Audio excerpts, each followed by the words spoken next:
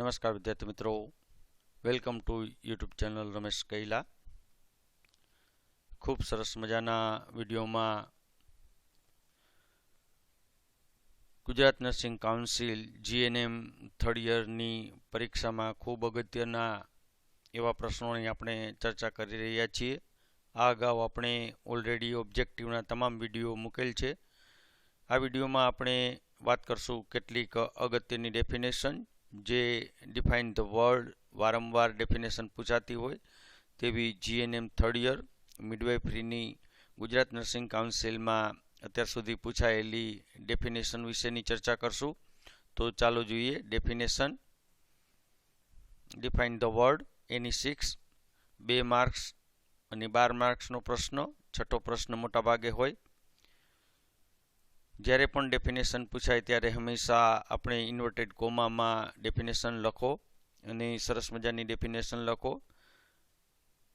પ્રશ્ન હંમેશા પ્રશ્ન નંબર 6 થી શરૂ કરો, જેથી if beginning good then half work done કહેવાય. તો સરસ મજાના પ્રશ્નો આપણે લખી શકીએ. તો જોઈએ ડેફિનેશન. એસ્ફેક્સિયા નિયોનેટ્રમ. તો બર્થ સમયે ન્યૂબોર્ન બેબીમાં પૂરતા પ્રમાણમાં ઓક્સિજન ન મળવાને કારણે નોર્મલ રેસ્પિરેશનનું જે એસ્ટાબ્લિશમેન્ટ થવું જોઈએ તે ન થાય, પરિણામે બેબી બ્લુ થાય. તેને બર્થ એસ્ફેક્સિયા કહેવાય. ઇંગ્લિશમાં લખવું તો આપણે આ રીતે પણ લખી શકીએ કે birth asphyxia happen when the baby's brain and other organ do not get enough oxygen and nutrition before or during or right after birth.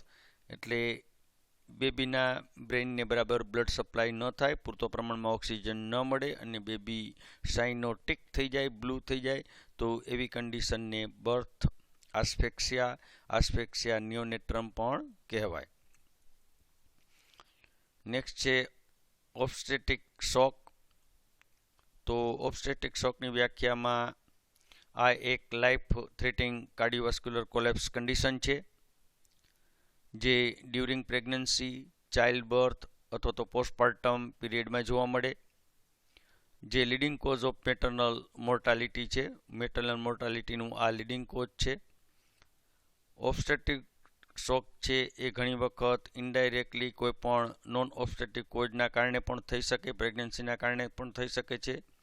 આ મોટા ભાગે ચાઇલ્ડ બર્થ કે પરપ્યુરમ સાથે જોડાયેલું હોય. આપણને 2 માર્કની વ્યાખ્યા પૂછી હોય તો થોડું વધારે લખી શકાય, આવડતું હોય તો. કેમાં શોકની રિસ્ક ફેક્ટર હોય તો હાઈ પેરાઇટી હોય, જસ્ટેશનલ એજ એટ ધ બર્થ હોય, બર્થ વેઇટ વધારે હોય, બ્લડ લોસ થાય અને પેરિનિયલ ટેર થાય.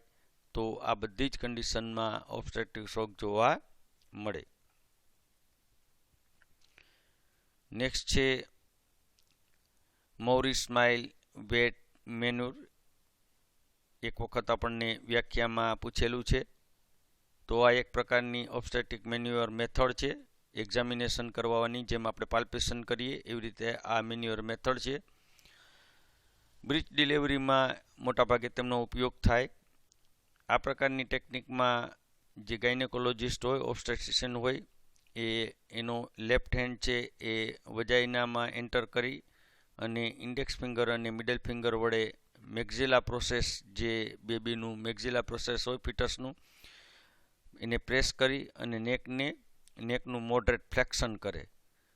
તેનાથી શું થાય તો રાઇટ હેન્ડ છે એ બીજી બાજુ પુલ કરી અને સેફ ડિલિવરી કરવાનો પૂરેપૂરો પ્રોસિજર કરે. તો આ પ્રોસિજર જે કરીએ એને કહેવાય મૌરી સ્માઇલ વેટ મેન્યુર. તો શું કરે આમાં, ખાલી આપણે એટલું યાદ રાખવાનું હોય કે ગાયનેકોલોજિસ્ટ છે એનો ડાબો હાથ છે એ વજાઇનલ વોલમાં એન્ટર કરે, ઇન્ડેક્સ ફિંગર અને મિડલ ફિંગરને એ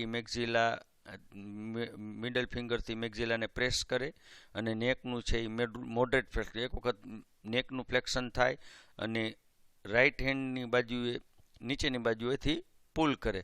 તો જેવું મેક્ઝિલા ઉપર પ્રેશર આવે અને નેકનું મોડરેટ ફ્લેક્શન થાય તો નાનામાં નાનું ડાયામીટર ફિક્સ થાય અને ડિલિવરી નોર્મલ થઈ શકે, ઇઝીલી થઈ શકે. તો એવી જે મેથડ હોય એને કહેવાય Mauriceau Smellie Veit manoeuvre. Next છે નિયોનેટલ મોર્ટાલિટી રેટ. તો number of death among all live birth during the first 28 days of life expressed per 1000 live birth. એટલે કે 1000ની પોપ્યુલેશને 1 વર્ષના ટાઈમ પીરિયડમાં થયેલ ટોટલ લાઈવ બર્થમાંથી જન્મથી 28 દિવસ સુધીનું બેબીનું ડેથ થાય તો એવા રેટને કહેવાય નિયોનેટલ મોર્ટાલિટી રેટ. તો આમાં 3 વસ્તુ યાદ રાખવાની કે 1000ની પોપ્યુલેશને મિડલ પોપ્યુલેશન કહેવાય, બરાબર. 1000 લાઈવ બર્થે ટોટલ કેટલા લાઈવ બર્થ હોવા જોઈએ? 1000 લાઈવ બર્થ હોવા જોઈએ.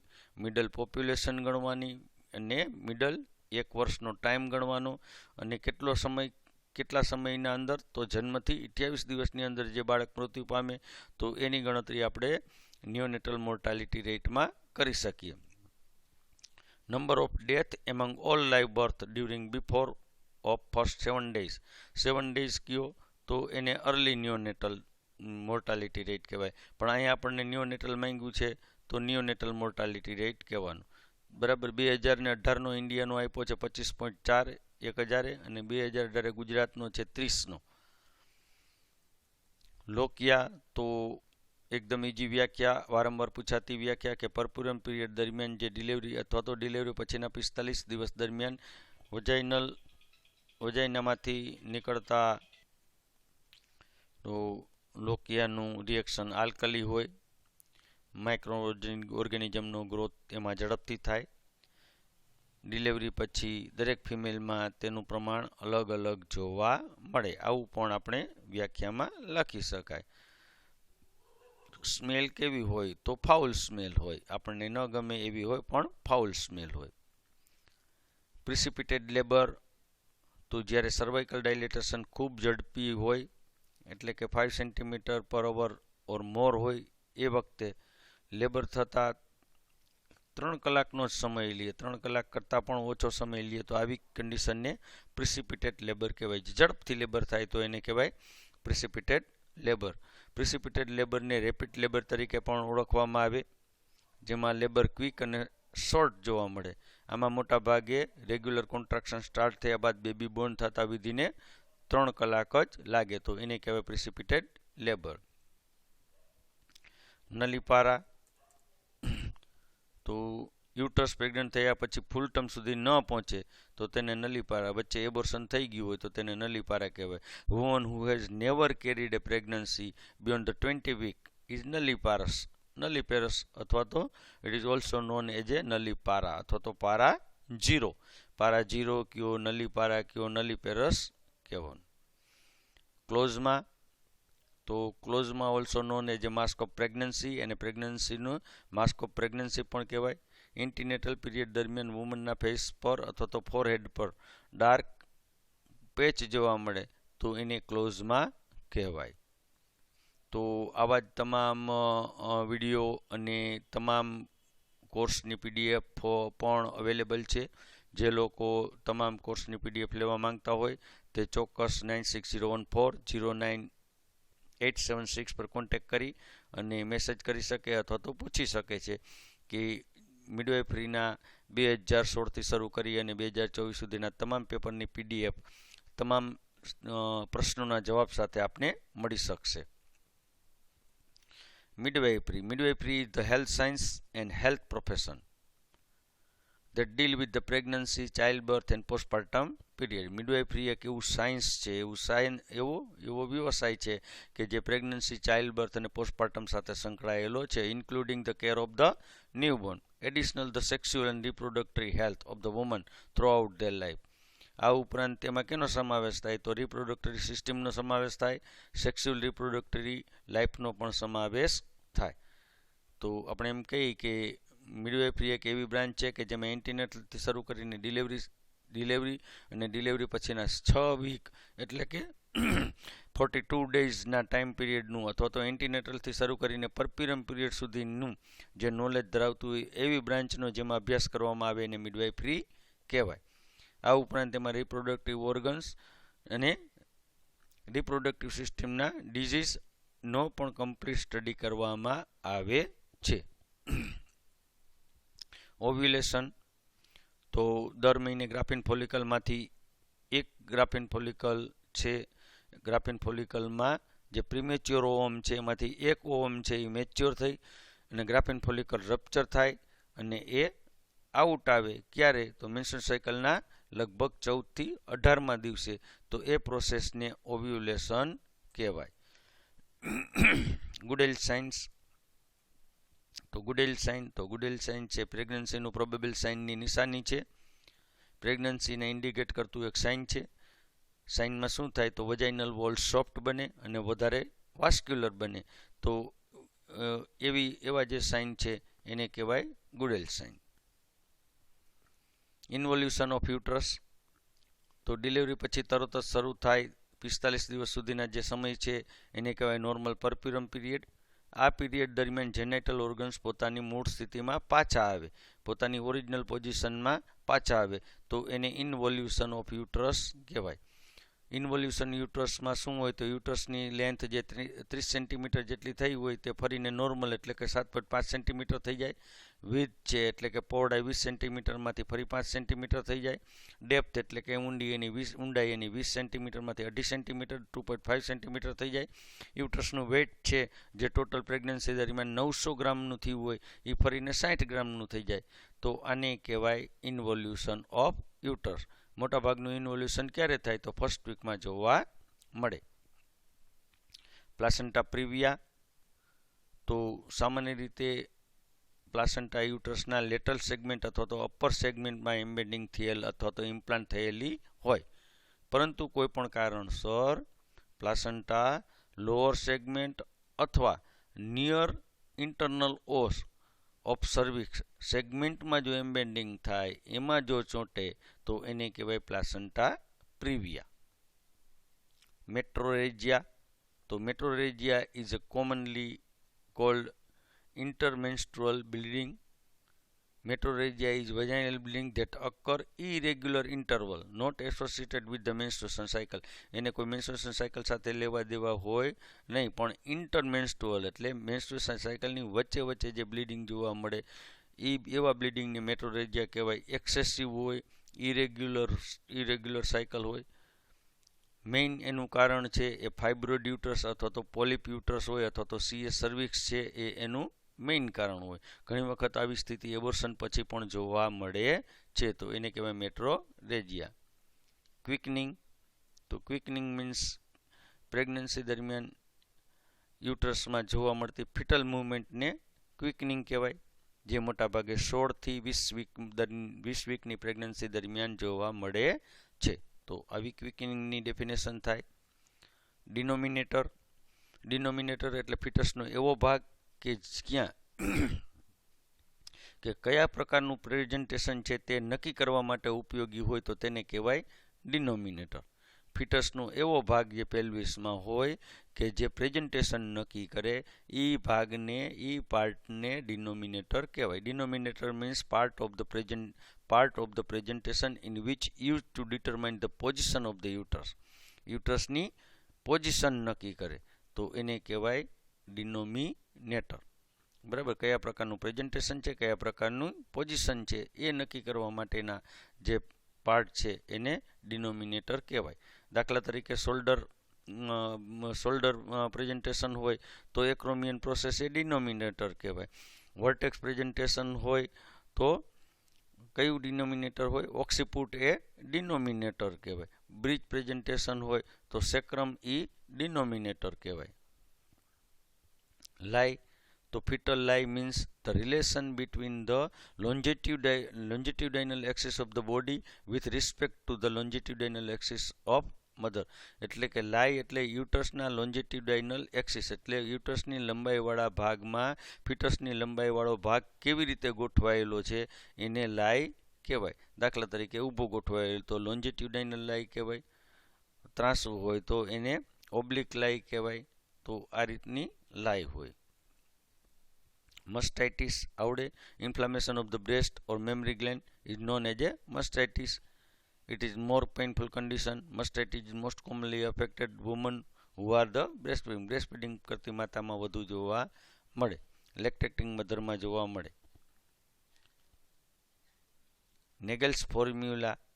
તો નેગલ્સ ફોર્મ્યુલાની વ્યાખ્યા જ્યારે આપણે કરવી હોય તો નેગલ્સ ફોર્મ્યુલા એટલે એવી ફોર્મ્યુલા કે જેમાં મેન્સ્ટ્રુએશન સાયકલના ફર્સ્ટ ડે પ્રેગ્નન્સી અથવા તો EDD એટલે કે એક્સપેક્ટેડ ડિલિવરી ડેટ મેળવવા માટેની જે ફોર્મ્યુલા છે તો એવી ફોર્મ્યુલાને કહેવાય નેગલ્સ ફોર્મ્યુલા. જેમાં મેન્સ્ટ્રુએશન સાયકલના ફર્સ્ટ ડેમાં 9 મંથ અને 7 ડેઝ એડ કરવામાં આવે છે. દાખલા તરીકે દાખલો આપો, જો મેન્સ્ટ્રુએશન સાયકલના ફર્સ્ટ ડે એટલે કે LMP 20 માર્ચ 2024 હોય તો EDD 27 ડિસેમ્બર 2024 થશે. કેવી રીતે? તો first day of the menstruation cycle 20/3/2024, પછી day add extra day 7 days and 9 month. તો શું આવ્યું?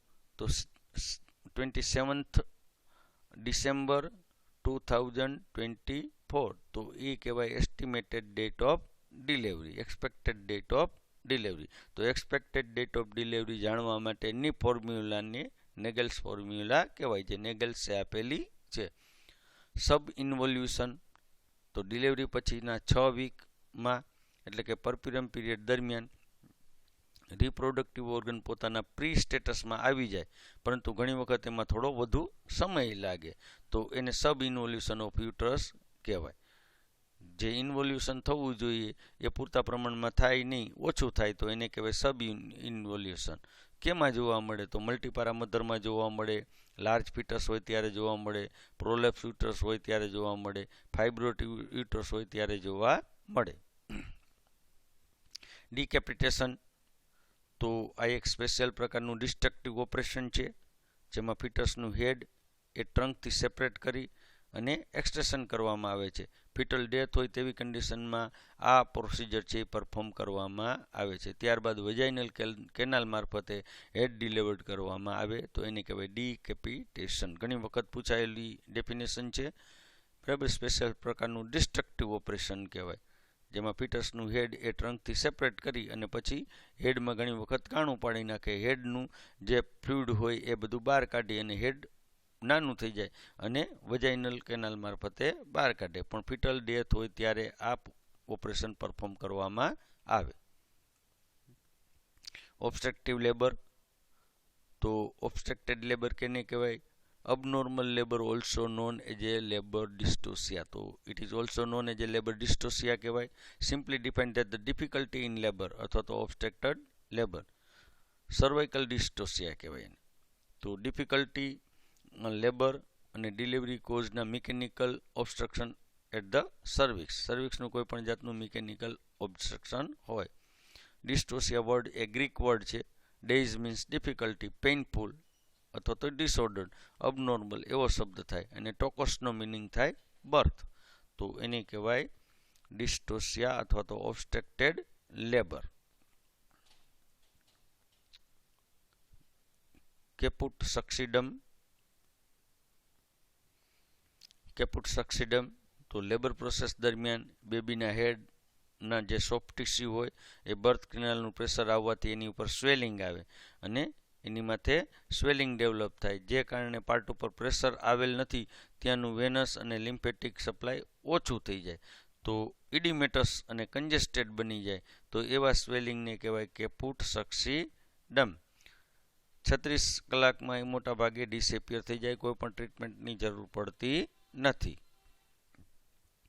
તો મિત્રો, આવા જ સરસ મજાના વિડીયો અને સરસ મજાની PDF જોવા માટે પૂરેપૂરી PDF જો આપ જોવા માંગતા હોય તો ચોક્કસ માસ્ટરમાઇન્ડ એજ્યુ એપને આજે જ ડાઉનલોડ કરો અને તમામ સબ્જેક્ટના પૂરેપૂરા સોલ્યુશન ચોક્કસ મેળવો.